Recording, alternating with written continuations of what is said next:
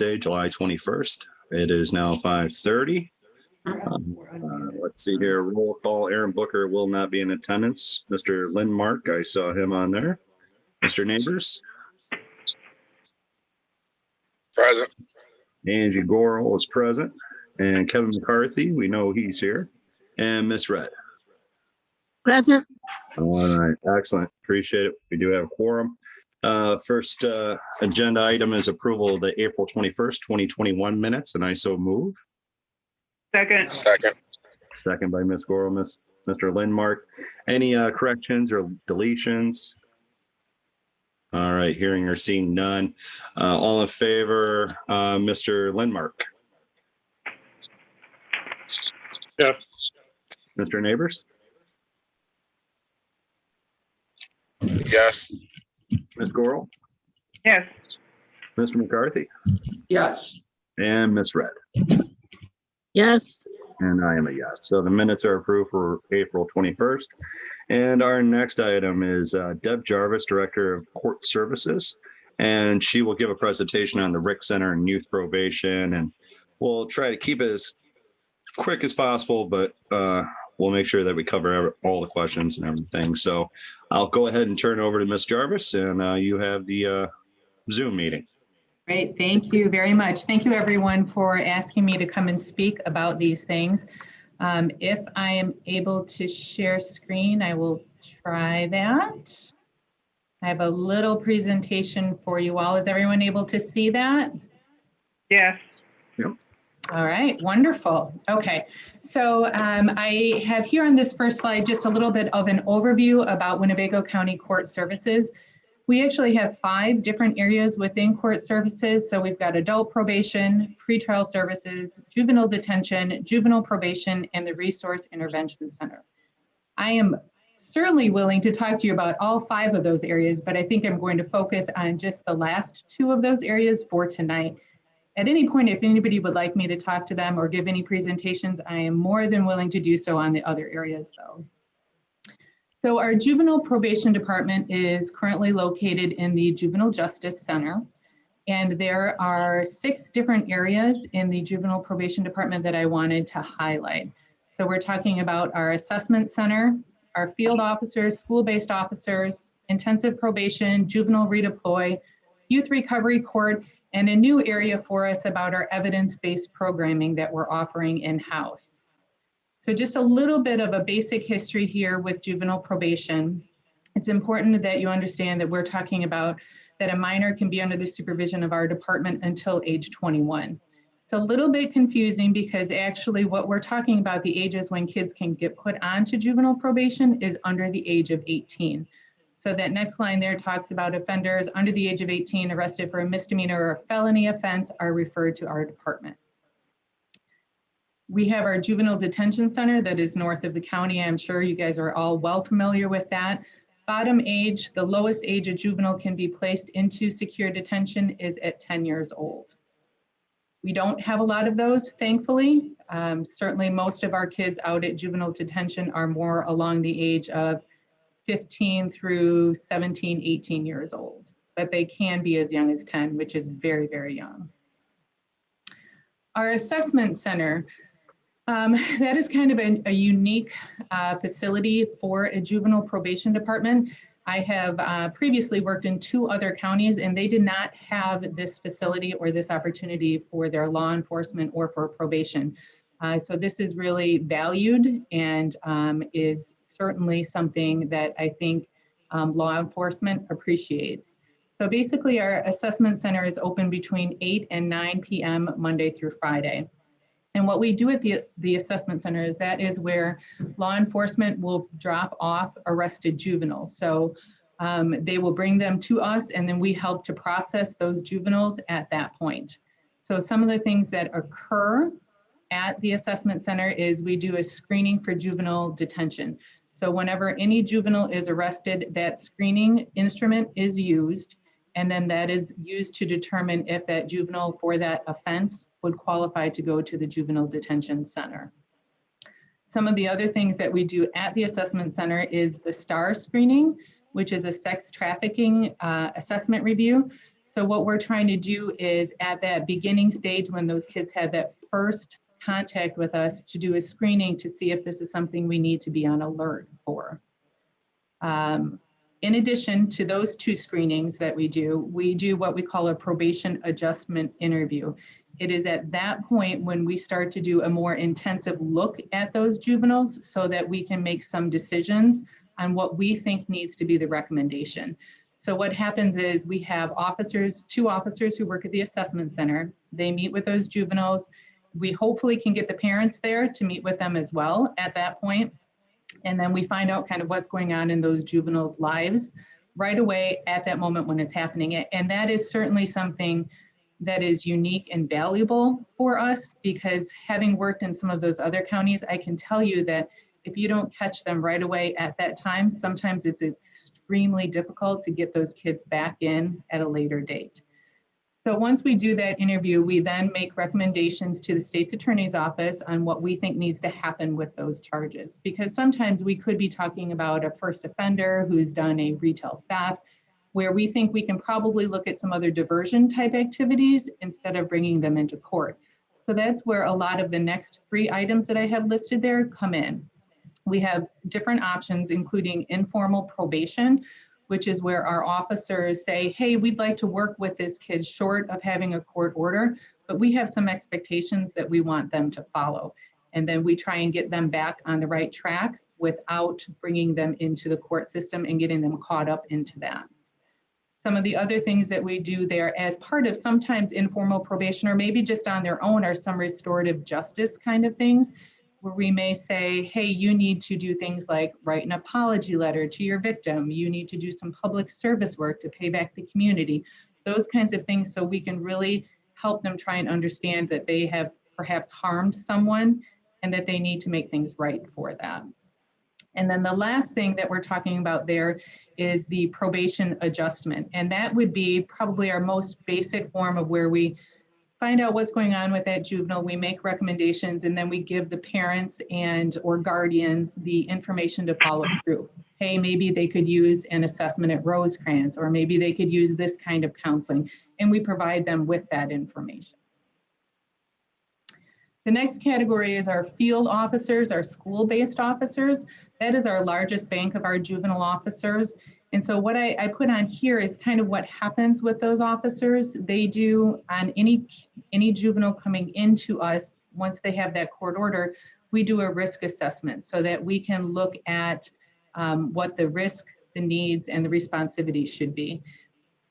Once we determine what that risk level is, it helps us to determine the level of supervision that we give to those kids. As we have found out that when we have a kid who is a low risk, we should not treat them the same as we do for a high risk kid. The evidence has shown that it is actually harmful if we treat those low risk and the high risk kids the same. So that is the first thing we do when a kid comes in, that risk assessment to help us understand where we should be supervising them. And then it also identifies those criminogenic risk factors that we should be targeting. Those are the things that will help us to be able to develop a case plan so that we know what to work on with those kids so that we can help get them through that court order. Our field and school officers have both in this last year been trained in a new practice called core correctional practice. It's something that the rest of the state is working on getting trained, but we were kind of eager to start that, and we are the leaders as far as the state goes, honestly, that our whole department, adult and juvenile, pretrial, everybody's been trained in core correctional practice, and we have implemented that. And it's a new way to do business for us in probation, but it is, again, one of those evidence-based practices that we know works. And so it has been some new skills, not only that our officers have had to learn, but our juveniles as well. We have intensive probation. We have 2 officers assigned as those for those duties, and that is really an alternative for us to our detention center. So when we have those kids that the judge may feel we could give a chance to come out of detention, they're often put on intensive probation, which is for a set period of time. It's a level system where the juveniles initially have very intense supervision, where those officers are seeing them at night, you know, they're calling, they're in their space all of the time. But as they do well, they can work their way out of that.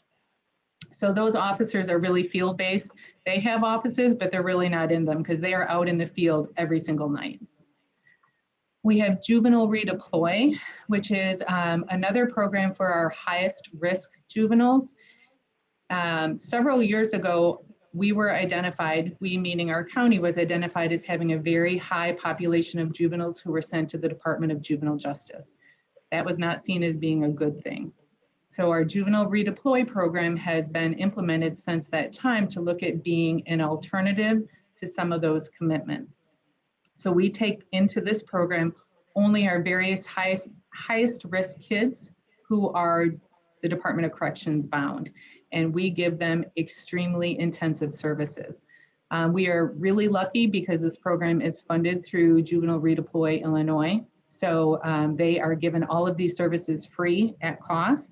Youth Service Network is a big component to us for that. They do our case management, crisis intervention, help with schools, with families. I mean, it is extremely intense. We have been doing that program, I would say, for at least 4 or 5 years. Juvenile Redeploy Illinois is so happy with us. They've asked us to expand our program. They're saying we're doing so well with this. So that is definitely a win. And then our Youth Recovery Court is one of our problem-solving courts, our specialty courts. You hear about those a lot in the adult world. There's adult drug court, tip court, veteran court, that kind of thing. But this is one that is specific for juveniles, and it is the only youth recovery court in the state. This was something started by Judge Holmgren, oh my goodness, probably, well over 10 years ago. And so it is our juveniles who have mental health issues that are linked to their criminal behavior. This is, again, an extremely intense program where the juveniles have a lot of contact, not only with my officers and other caseworkers, but also Judge Holmgren, who runs this, sees these kids very often and has formed a relationship with them. Evidence has shown these kinds of programs work because of those relationships that are formed with the kids, and we are able to give immediate intervention, whether a positive reinforcement or a negative one at times, but it's very quick and it's very immediate, which is needed for our kids. The Youth Recovery Court is a program that's funded for those extra services through Rosecrans as our case managers, that's funded through our public safety sales tax. And we are able to keep the cost of that really low because of managed Medicaid. So we are the payer of last resort in those incidents, so Medicaid gets billed first. And then the last part about juvenile probation that I really wanted to talk about is that all of probation, but in particular for this, we are using evidence-based programming. And what that means is that the programs that we have for the kids, the counseling programs, the curriculum, we are looking for things that have been proven. Okay, a good example of something like that that hasn't worked.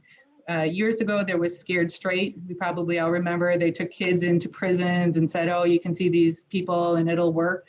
Well, when that was actually studied, it didn't work. It didn't help reduce recidivism. It sounded great. It seemed like it was a good idea, but it didn't work.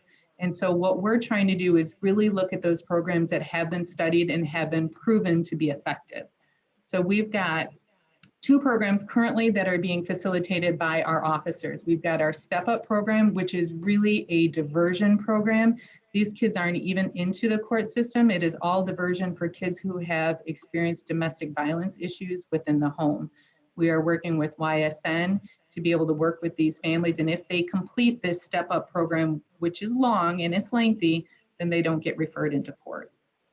And then a new thing that we just started last week, which I'm super proud of, is our aggression replacement therapy. It's called ART.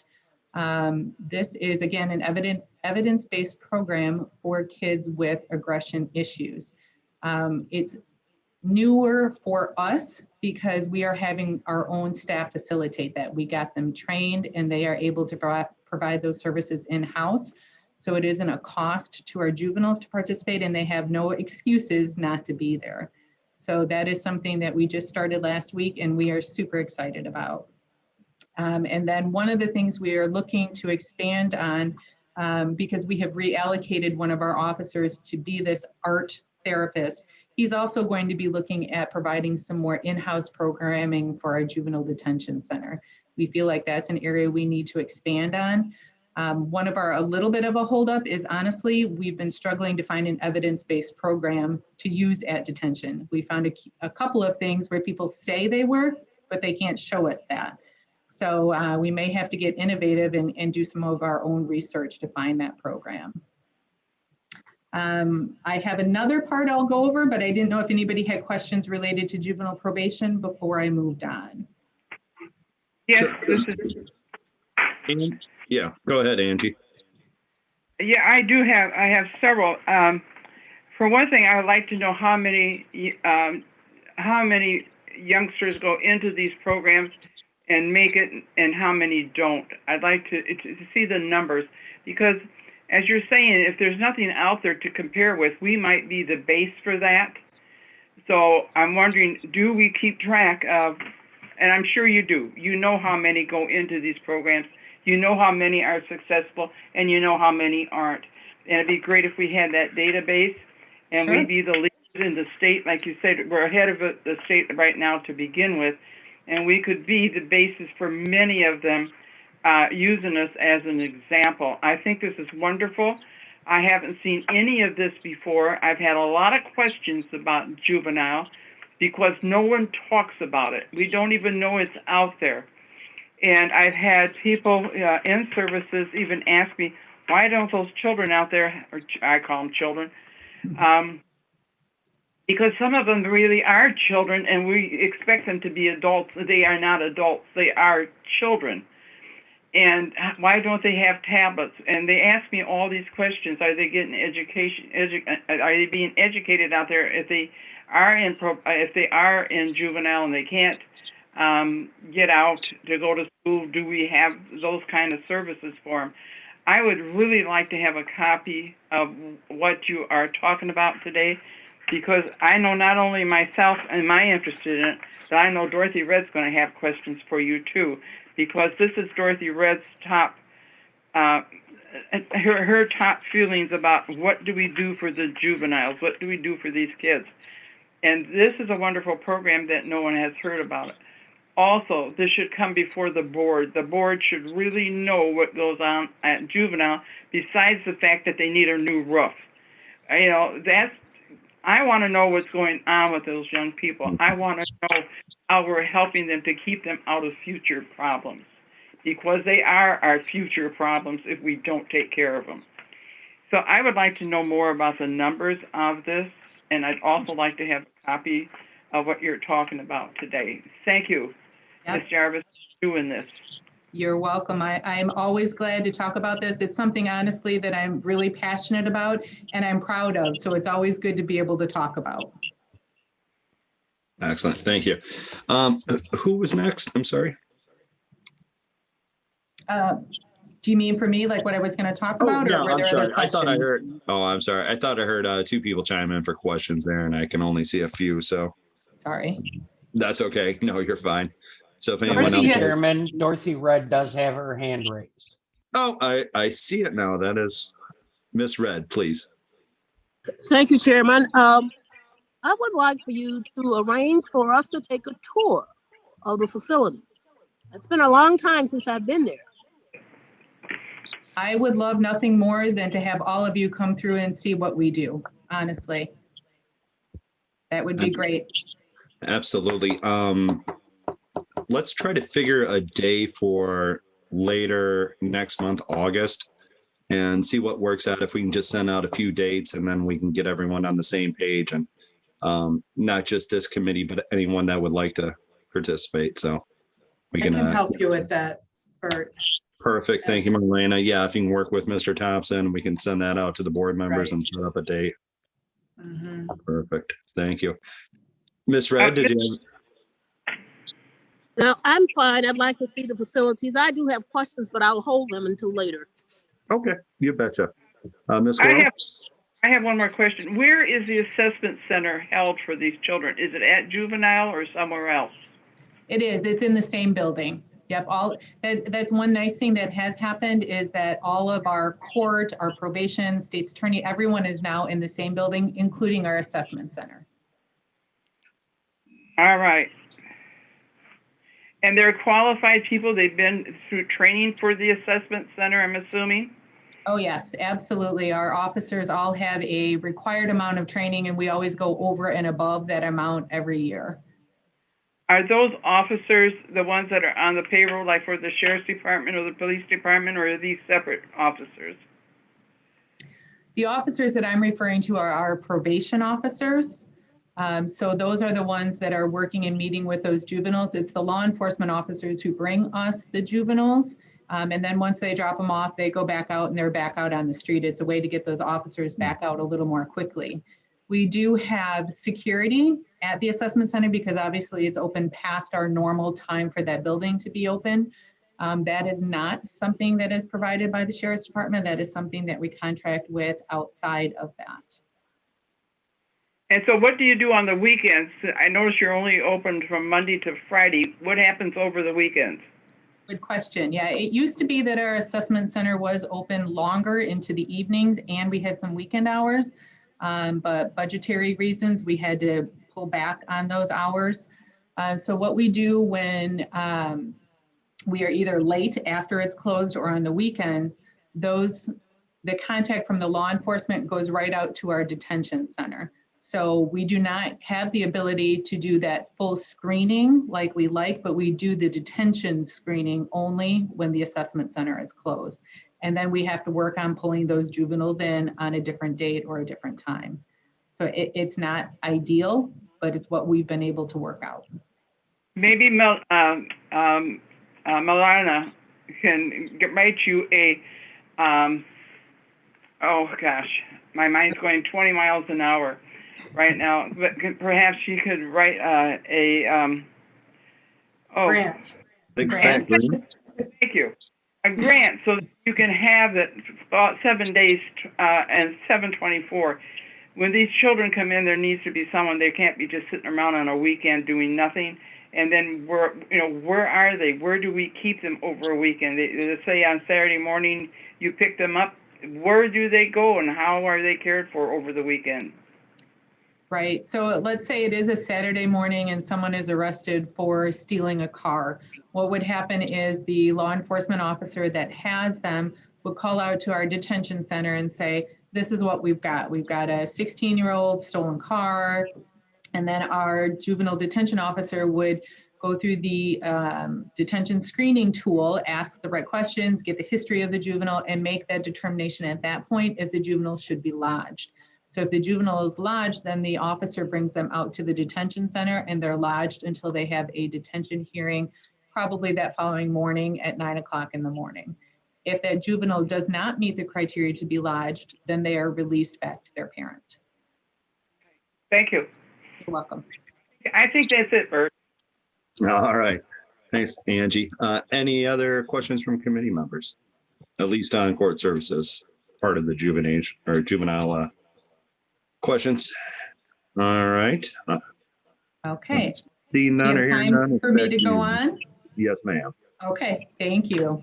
All right, so the next area that I'd like to highlight is the Resource Intervention Center. We call it the RIC around here.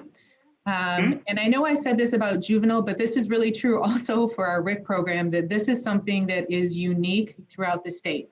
This is not something that most other counties have. In fact, I'm not sure that any other county has that. And I know that counties call us all the time and say, hey, how do you guys do this? And tell me about this RIC program.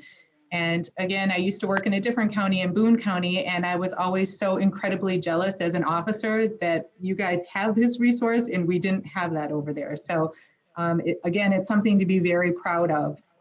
Just a little history. This came from the referendum back in 2002 that was passed. The Resource Intervention Center actually started in February of 2008. The mission for the RIC is to enhance community safety by providing evidence-based targeted interventions. There we go with that evidence-based again. We are pretty big on that. We're not going to do it unless we know it works. The most effective behavioral models in correction have to do with structured social learning, where we're teaching new skills and behaviors to our people, and the cognitive behavioral approach. So that means working on their thinking. We're not only modeling new ways of doing things, but we're trying to get at their thinking, what's behind the behavior. A referral to our RIC program, clients get to come to the RIC because they're referred by their lead probation officer or their RIC probation officer. So what that means is that we don't allow anyone just off the street to come into the RIC center and get services. This is really a court-specific one. And in addition to that, this goes back to that risk needs responsivity that I talked about earlier. We have to have people who are moderate to high risk in our assessment in order to be part of the RIC program. And the reason for that, again, is we don't want to mix those populations. We don't want low risk and high risk together because we'll hurt those low risk people more than help the high risk. So some of the services we provide at the RIC. Thinking for a Change is one of our groups that we have run multiple times. We have it in the evening. Currently, I have a couple of staff who have volunteered to shift their hours and stay late and do an evening group. We run 4 of these a week. And again, this is one that really talks about the thinking of our participants. You really try and get behind their thoughts, behind the behavior, because we all know thoughts drive behavior. We have intimate partner abuse. So this is our domestic violence. And I'm sure you noticed that Children's Home and Aid was crossed off. They, until June, were one of our facilitators for our partner abuse intervention program. They unfortunately had to come to us and say, we have to pull out of the RIC. We don't have enough staff to continue to run groups in the community and at the RIC. So that goes to a bigger problem. I know everybody hears about this, but employment is an issue, getting people to fill open positions, you know, that kind of thing. But we're even seeing that impact in places like at the RIC. So what we have done to try and fill that void, we are working with Remedies, who currently provides us programming for partner abuse intervention. We've asked them to pick up those groups from Children's Home and Aid. They said as soon as they can hire somebody, they're willing to do that. So we've got a little bit of a gap right now, but we're working on filling that. One of the things that Marlena and I teamed up a couple months ago, maybe Marlena, 2 months ago about, we applied for a grant. Marlena showed me an opportunity, which was great, to be able to try and expand our RIC services, to be able to add additional groups for that. We do have a waiting list for our PAY program for our domestic violence counseling. So what we are hoping to do is get this grant to be able to pay for additional services, to be able to add on to that. We provide anger management. That is something that is facilitated by my RIC staff. So my probation officers who work as counselors, they are what I call my RIC staff. We do substance abuse services there as well. We have Remedies, Rosecrans, and then 2 other groups that are again facilitated by my RIC staff. So the Moving Forward and New Direction Relapse, those are for people who've been through an outpatient, intensive outpatient, maybe inpatient services, and maybe they're still struggling. So it's kind of like a longer term aftercare to try and really help keep these people on track. May I speak for a minute? Sure. Risk management is the most important thing that we miss out on. We try to train them for 6 weeks and then we let them go. It's so nice to see that you're following up, that you're taking them back and you keep working with them, because that risk management is the thing that has been mostly needed for all people who have had problems. That follow through can go on for years actually. And it's so important that I'm so pleased to see that you're doing that. Thank you. You're welcome. You know, one of the unique things about the RIC is that the RIC is in the adult probation building. The employees are either contracted with us or our employees. So there is great communication between the therapists and our officers. I mean, we are literally in the same building. If there's an issue, they can walk up 2 flights of stairs and they can say, hey, this is a problem. Whereas with outside providers, you can play phone tag and email, it's hard to sometimes connect, but we have that ability so that once somebody completes that group, if as the POCs are struggling, they can go back to that therapist and say, hey, I've got so-and-so and it seems like there's a problem, and they can talk through that. We're all in the same place so we can work together. It works very nicely. That's the best thing I've heard. Thank you. You're welcome. Our behavioral health is related to like mental health kind of issues. So we currently we're supposed to have 2 master level therapists, we are struggling to hire a vacancy that we have. We've had the position posted for a long time, 4 or 5 months, honestly, and we can't get any candidates to come in at what our salary offering is. We did have one candidate and she was making, I hate to say it, but $20,000 more than we were able to offer. I mean, I couldn't even be competitive. So we are looking at maybe trying to restructure some of that, but it is a difficulty. So, but our mental health, behavioral health that we are working on, we do mental health assessments, individual therapy. So if we have a client who maybe doesn't fit into a substance abuse or a PAPE, the domestic violence group, but they need some help, we have those therapists on board. We have them doing cognitive behavioral therapy, so thinking kind of things. And then we also have them do EMDR, which is a program to help address trauma in our clients, because we do have a very, very high percentage of our clients who've experienced trauma. I'm going to interrupt again. Sorry. Marlena, one of the things with the Winnebago Community Committee is to fill in gaps. And what Debbie's talking about right now are the gaps. This is something that also should be looked at, that to be able to do a grant to fill in those gaps, because that's been a problem for a long time, that we cannot get and keep the professional people because we don't have the finances to support that. And that's been a big issue. We have lost several really good people to other areas because we couldn't pay them high enough for their services. So I do hope you look into that and get that gap filled. Thank you.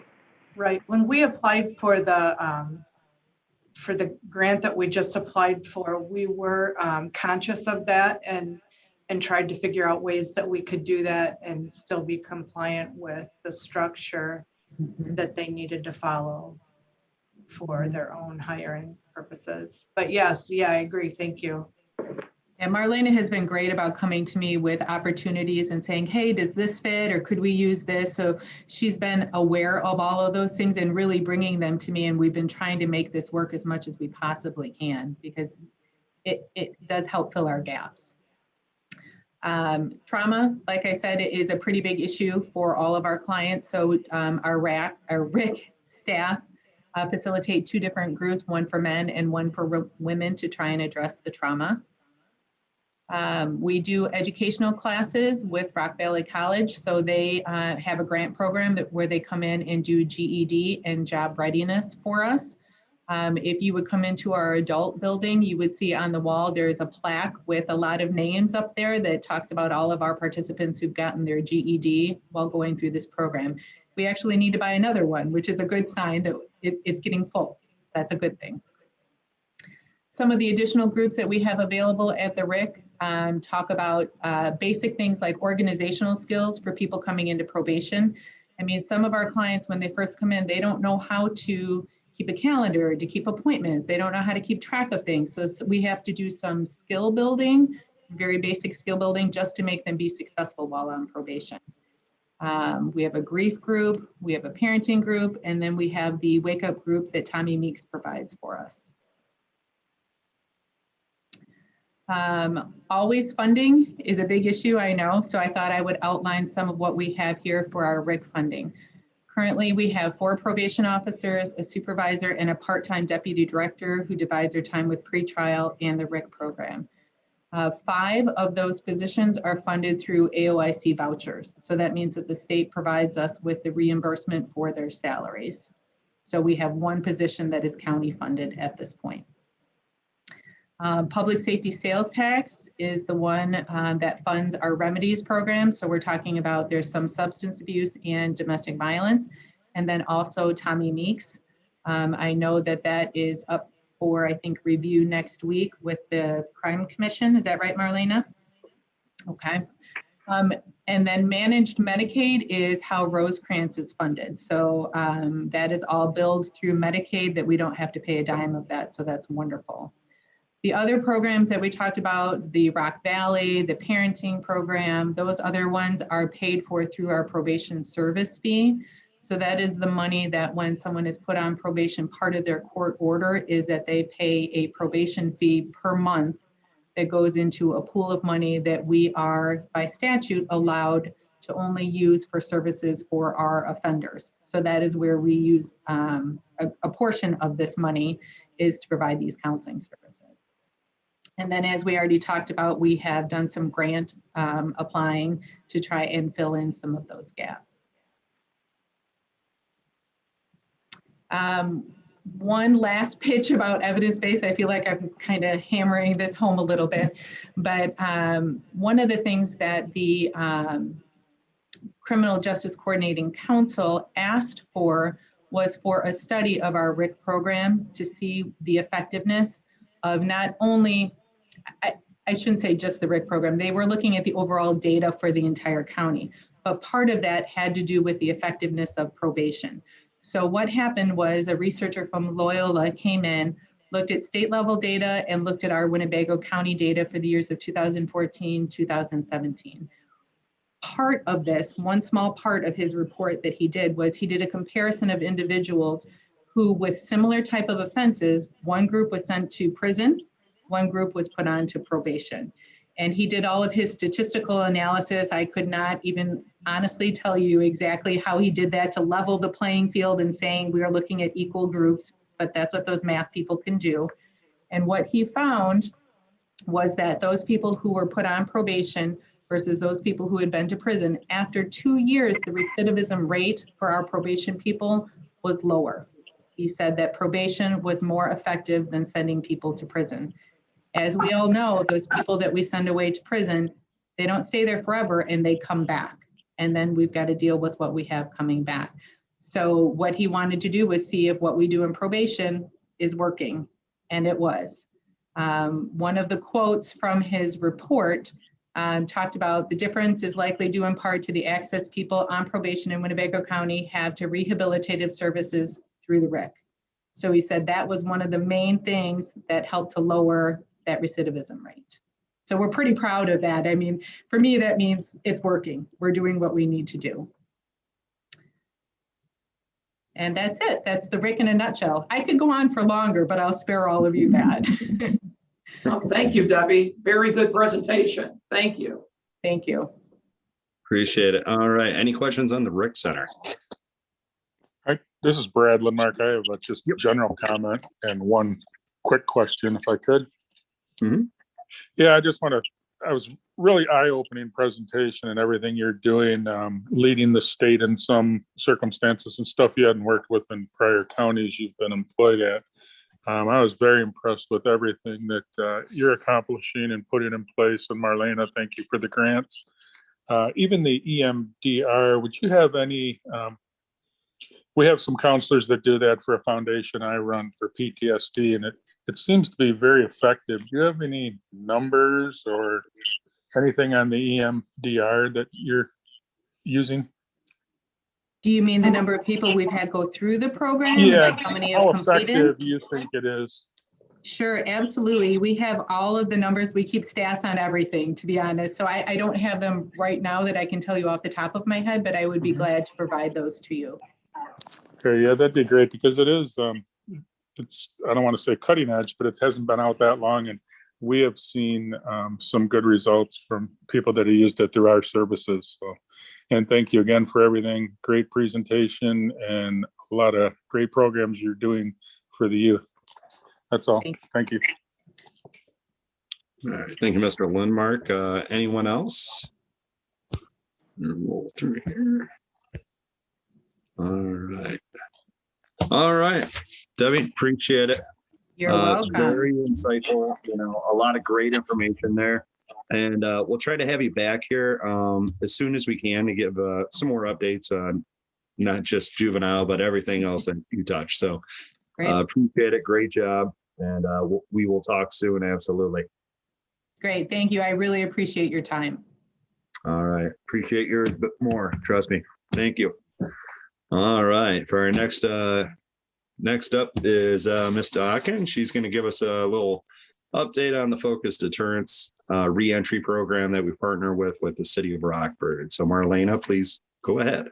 Okay, well, that is up for, that's in the final budget tomorrow, so they'll be voting hopefully affirmatively tomorrow night, you all will. And in the process though, I was excited to find out that there was an opportunity to expand it. So I am applying for a program using part-time navigators in the evening and on the weekends, but it would be using a nonprofit in the community. So just to work with those high-risk individuals who might need assistance in the evening or on the weekend. So that's just a side note. The public safety sales tax interviews, you should have all gotten requests to join. It's obviously not mandatory, but this is a new process and you'll eventually be voting on those as well. I think all three of them are affiliated with RIC. I'm not sure. Are they all, Debbie? All of them? Rosecrans, Remedies, and Tommy provide services directly for the RIC. The Rosecrans services on the public safety sales tax, I believe, are all at the jail. Okay, Rosecrans gotcha. does provide services for us, but not out of that pot of money. Okay, gotcha. Okay. And so those begin next week. So you got those Wednesday, Thursday, and Friday. And then working on the Project Safe Neighborhoods implementation, which won't be until August, but the all of the administrative work needs to be done now. Other than that, just working on some administrative things that I won't bore you with or keep you with. Oh, they're not that boring. Oh, yeah. All right. But can you see why I was always so excited to come here? I just love the RIC and I love the idea of building the juvenile assessment center to model after it. It's already started. It needs a little bit more, some programming. We can apply for some funding, right, Debbie? Okay. But yeah, I think, I've said before, we should be blowing firecrackers out of the RIC on Friday nights. I mean, that place is amazing. When we had Ed Latessa, who is from the University of Cincinnati, when he came to speak, we went out to dinner the night before and I was telling him about the community and about RIC. And he said, you built that? You have one? And he goes, I tell everybody to do it. I didn't know anybody listened. I said, yes. But I've never heard of it. He said, that's amazing. So the award it received all those years ago was well deserved. It hasn't been talked about in a few years very much, I don't think. Not to the extent that it should, but I hope you all are proud of the work that they're doing and that we can rally around them and support the good work that they do. So that's all I have. All right. Well, I appreciate it. And yeah, we'll have to see if we can set up a time here in the near future to have another tour of the RIC Center for the committee and other board members too, just to kind of give them through and, for the ones that haven't been there to let them see what's going on, and the other ones that have been there, that like myself, but it's been probably 6-7 years since I've been in there. I would really love to get back in there and just to see what's going on. So if we can make that happen, that'd be great. All right. Any questions for Marlena on the updates? Or any questions for Debbie that you might have missed that you might want to ask now? All right. Hearing or seeing none. Any other matters that come before the committee? All right. Hearing none and seeing none, we'll move on. And I guess we'll go ahead and ask for adjournment. Motion to adjourn. I see Kevin McCarthy in the back. And then second by Miss Red. All those in favor say aye. Aye. Aye. All those opposed? All right, the ayes have it. We are adjourned. Ladies and gentlemen, appreciate it. Thank you for your time again, Ms. Jarvis and Ms. Dockin. And we'll talk to you very soon. All right. Thank you.